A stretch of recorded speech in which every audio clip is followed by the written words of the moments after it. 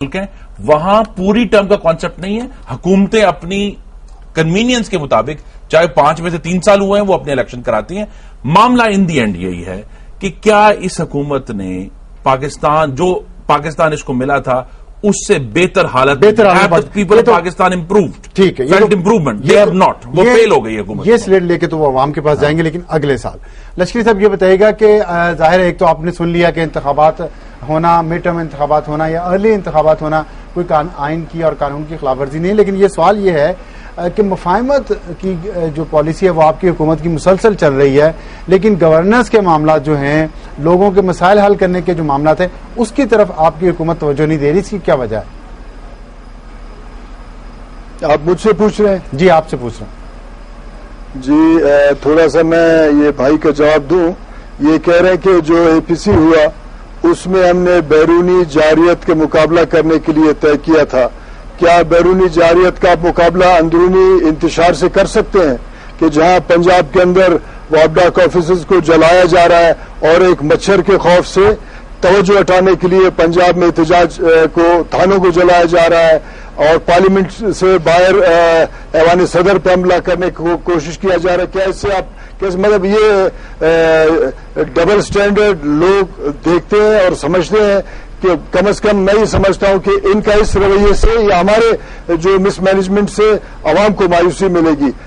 یقیناً اس میں کوئی شک نہیں ہونا چاہیے کہ مس مینجمنٹ کی وجہ سے حالات ٹھیک نہیں ہو رہے ہیں, لیکن دنیا میں ہر جگہ جو پولیٹیکل پارٹیز اقتدار میں بیٹھتے ہیں اپنا ٹرن اوور پورا کرنے کے بعد جب عوام کے پاس جائیں گے عوام فیصلہ کریں گے. آج اگر یہ کہہ رہے ہیں کہ بجلی کا بحران ہے, یقیناً اس میں کوئی شک نہیں ہے. بجلی کا بحران پچھلے 10 سال میں جب مشرف کے ساتھ لوگ بیٹھے ہوئے تھے جو آج احتجاج کر رہے ہیں, پورے 10 سال میں 1 وولٹ بھی پیدا نہیں کیا. یہ بات نہیں ہے کہ ہم 3 سال میں ٹھیک کر سکتے ہیں یا ہم ٹھیک نہیں کر پا رہے ہیں. میں یہ سمجھتا ہوں کہ جس بحران سے ہم گزر رہے ہیں, قومی لیڈرشپ اگر کوئی ہے پنجاب میں قومی لیڈرشپ, وہ اپنے قومی لیڈرشپ کی حیثیت سے کردار ادا کرے, رہنمائی کرے, افراتفری پیدا کرنے میں وہ آئیں گے, مزید بحران پیدا کریں گے. ٹھیک ہے, اور میں یہ سمجھتا ہوں کہ مزید بحران پیدا کرنے کے بعد حالات بگڑ جائیں گے, بہتری کی طرف نہیں جائیں گے اور جواب دے پھر یہ لوگ. ٹھیک ہے, آپ نے کہا وابڈا کے آفیسز پنجاب میں جلائے جا رہے ہیں. ظاہر ہے امن و امان قائم کرنا صوبائی حکومت کی ذمہ داری ہے. ہم خرم صاحب سے پوچھیں گے کہ ان کی حکومت کیوں اس میں ناکام ہو رہی ہے, لیکن یہی سوال تو بلوچستان کی حکومت کے بارے میں بھی ہے نا کہ ہزارہ شیعہ لوگ مارے جا رہے ہیں, وہ کیوں نہیں لا اینڈ آرڈر کو بہتر کرتی؟ دیکھیں, بات میں نے آپ کو پہلے کہا کہ یہ ایک سمپل ٹارگٹ کلنگ نہیں ہے, اس کو پہلے یہ سمجھا جائے. جنرل مشرف کے شاید پیروکار یہ سن رہے ہوں گے, دیکھ رہے ہوں گے, جنرل ضیاءاللہ کے پیروکار باقاعدہ 10 سال جنرل ضیاءاللہ کے پیروکاروں نے فنڈامنٹلزم کو عالمی سامراجی پیسوں پہ باقاعدہ بڑھایا, جس کے نتیجے میں ہم آج بھگت رہے ہیں. قومی اسٹریٹجی جب تک آپ طے نہیں کریں گے, بلوچستان کے ساتھ ساتھ کسی صوبے کے اندر حالات ٹھیک نہیں ہوں گے. نون لیگ بھی ہمارے ساتھ اس اقتدار میں بیٹھا ہوا ہے, جتنے بدنامی پیپلز پارٹی پہ پورے کولیشن پہ ہونا چاہیے. ٹھیک ہے, ہمارا جو صوبائی ہوم منسٹر ہے وہ بی این پی عوامی کا, ان کو بھی جواب دہ ہونا چاہیے. میں یہ کہتا ہوں کہ قومی اسٹریٹجی کو آپ اوپر سے لے کر اس کے ساتھ آپ فورن جو ہمارا ایک پالیسی ہے اس کو طے کرنے کے بعد مائکرو مینجمنٹ کے بعد اس حالت پہ ٹھیک ہے, اس پر آپ نے جو حالت ابتری کی طرف چلے جائیں. جو پوائنٹس آپ نے اٹھائے ہیں ان پر جواب لیں گے ایک بریک کے بعد, کہ جو ضیاء الحق صاحب کے فالوورز رہے ہیں اور جو پرویز مشرف صاحب کے فالوور رہے ہیں, انہوں نے کیا کیا اپنے ادوار میں اور ان کے نتائج ہم آج بھگت رہے ہیں. اس کا جواب لیں گے ہم ایک چھوٹے سے بریک کے بعد. پروگرام میں دوبارہ خوش آمدید. بات ہم کرنے کہ سیاست کا اونٹ کس کروٹ بیٹھے گا, اور لشکری صاحب نے کہا کہ ہماری حکومت کا جو مینڈیٹ ہے وہ ظاہر عوام کے پاس جائیں گے اور ایک قومی اسٹریٹجی طے ہونی چاہیے, کیونکہ معاملات اتنے گمبھیر اور مشکل ہیں کہ پچھلے جو ادوار گزر چکے ہیں ملٹری ڈکٹیٹرشپ کے, اس کی وجہ سے آج جو مسائل ہیں سارے یہ اس کی وجہ ہے اور جڑیں وہاں پر ہیں. لیکن سوال یہ پیدا ہوتا ہے کہ 4 سال ہونے والے ہیں, موجودہ حکومت نے کیا کیا. خرم دستگیر صاحب یہ بتائیے گا آپ کے بارے میں, آپ کی طرف, آپ کی پارٹی کی طرف ان کا اشارہ ہے کہ اس دور میں جو مسائل شروع ہوتے ہیں افغانستان کے معاملے سے وہ لنک کر رہے ہیں, دہشت گردی جو پاکستان میں ہو رہی ہے, جو یہ فرقہ پرست گروہ ہیں دہشت گردوں کے, ان کی طرف وہ بات کر رہے ہیں کہ یہ اس دور میں ہوا. تو کیا ہے جواب آپ کے پاس؟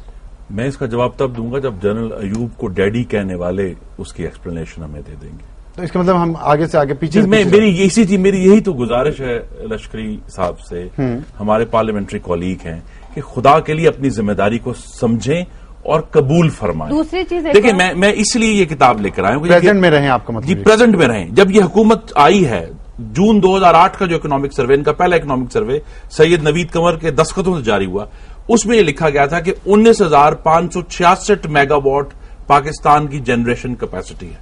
ٹھیک ہے. اور پچھلے فرائیڈے اور سیٹرڈے کو پاکستان کی جنریٹنگ کیپیسٹی 9,300 میگا واٹس تھی.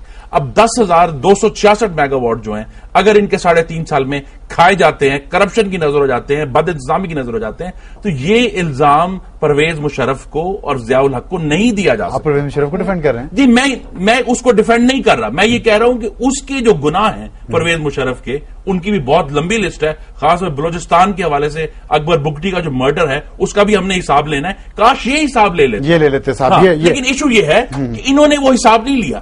میں صرف آنا چاہتا ہوں پرفارمنس کے اوپر، اور پرفارمنس اس قدر تباہ کن ہے کہ خود نیپرا جس نے 2 دن پہلے اپنی رپورٹ ایشو کی ہے وہ کہنے پہ کہ power system is infested with corruption and inefficiency. اب یہ مسلم لیگ نون نہیں ہے، یہ نیپرا ہے جو واقعی حکومت کا اپنا ادارہ ہے، اور وہ کہہ رہا ہے کہ یہ تمام ادارے اس کرپشن اور انفیشنسی کی وجہ سے تباہی کے دہانے پر ہو گئے. اب اس کا گناہ جو ہے ہم کس کے سر پر ڈالیں گے؟ ہم اس کا گناہ ڈالیں گے جس کے سر پر آتا ہے، اور ان کا نام ہے جناب صدر آصف علی زرداری. ٹھیک. جی کشمالہ آپ بتائیں گے کہ وہ کہہ رہے ہیں جی یہ جو موجودہ وابڈا کے پرابلم ہیں، پیپکو کے ہیں، جو بجلی کے مسائل ہیں، گیس کے ہیں، یہ تو سارے پرویز مشرف کے دور میں 10 سال میں آپ لوگوں نے کیوں نہیں حل کیا؟ میں ایک اس سے پہلے کی بات کر دوں کہ جو ابھی پھر ہمارے بھائی جو بلوچستان سے بات کر رہے ہیں اس کے اوپر یہ کہ دیکھیں امریکی پریزنس جو اڈے وہاں سے چل رہے ہیں بلوچستان، پرویز مشرف صاحب نے دیا تو 4 سال سے تو ان کی حکومت ہے. کیا ان کو وائنڈ اپ کرا دیا گیا؟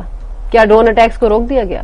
پرویز مشرف نے تو سب کچھ غلط کیا، اور ان کی چھوڑی ہوئی لیگسی کو کیوں چلایا جا رہا ہے، یا ان کی چھوڑی ہوئی پالیسیز کو کیوں چلایا جا رہا ہے؟ ہم نے تو غلطی کی جی، ہم تو اسی لیے اپوزیشن کے اندر بیٹھے ہوئے، اور ہم اس وقت سے اپوزیشن کریں، ہم وزارت لے کر نہیں بیٹھے ہوئے. But what I am seeing is کہ امریکہ اسی قرارداد میں یا اس قومی کانفرنس میں لاتے، اس وقت خاموش کیوں تھے؟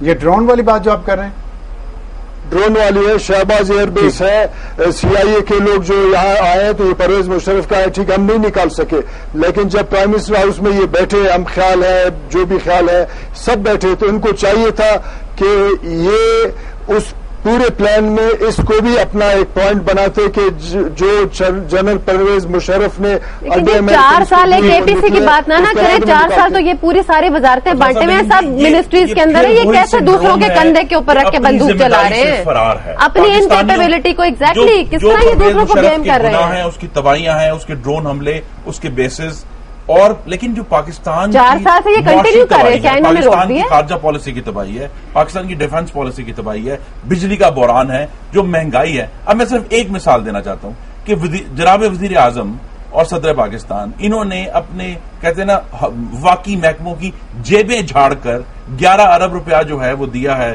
انڈیپینڈنٹ پاور پروڈیوسرز کو کہ جی آپ بجلی دیں.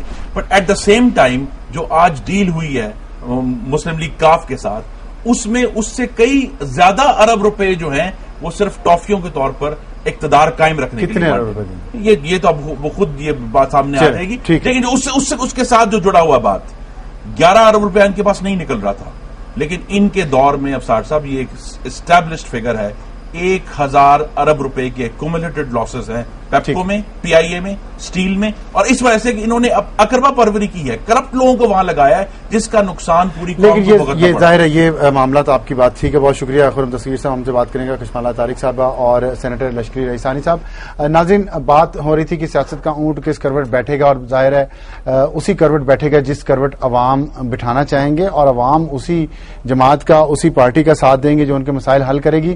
اور لگتا یہ ہے کہ بظاہر ان کے مسائل حل نہیں ہو رہے، اور سینٹ کے جو انتخابات آ رہے ہیں مارچ میں وہ ایک ٹرننگ پوائنٹ بن رہا ہے تمام سیاسی جماعتوں کے لیے کہ اس سے پہلے الیکشن ہونے چاہیے یا نہیں. اور ابھی 11 ارب روپے کا ذکر ہوا جو دیا گیا وابڈا کو اس مسئلے کے حل کے لیے لوڈ شیڈنگ کے، لیکن سوال یہ پیدا ہوتا ہے کہ جو وزیر اعظم صاحب کے پاس 100 ارب روپے کے ثوابدیدی فنڈ ہیں وہ کہاں خرچ ہو رہے ہیں، اور وہ عوام کا مسئلہ حل کرنے کے لیے خرچ کیوں نہیں ہو رہے، اور اپنی سیاسی جماعتوں کو مفاہمت کے نام پر سیاست کرنے پر وہ پیسہ کیوں خرچ کیا جا رہا ہے؟ کیا یہ ہارس ٹریڈنگ ہے یا نہیں؟ اس کا جواب تو عوام ہی دیں گے. ہم کل بات جاری رکھیں گے اسی سیاست کے موضوع پر، اور آج اجازت چاہتے ہیں آپ سے. خدا حافظ اور شب بخیر.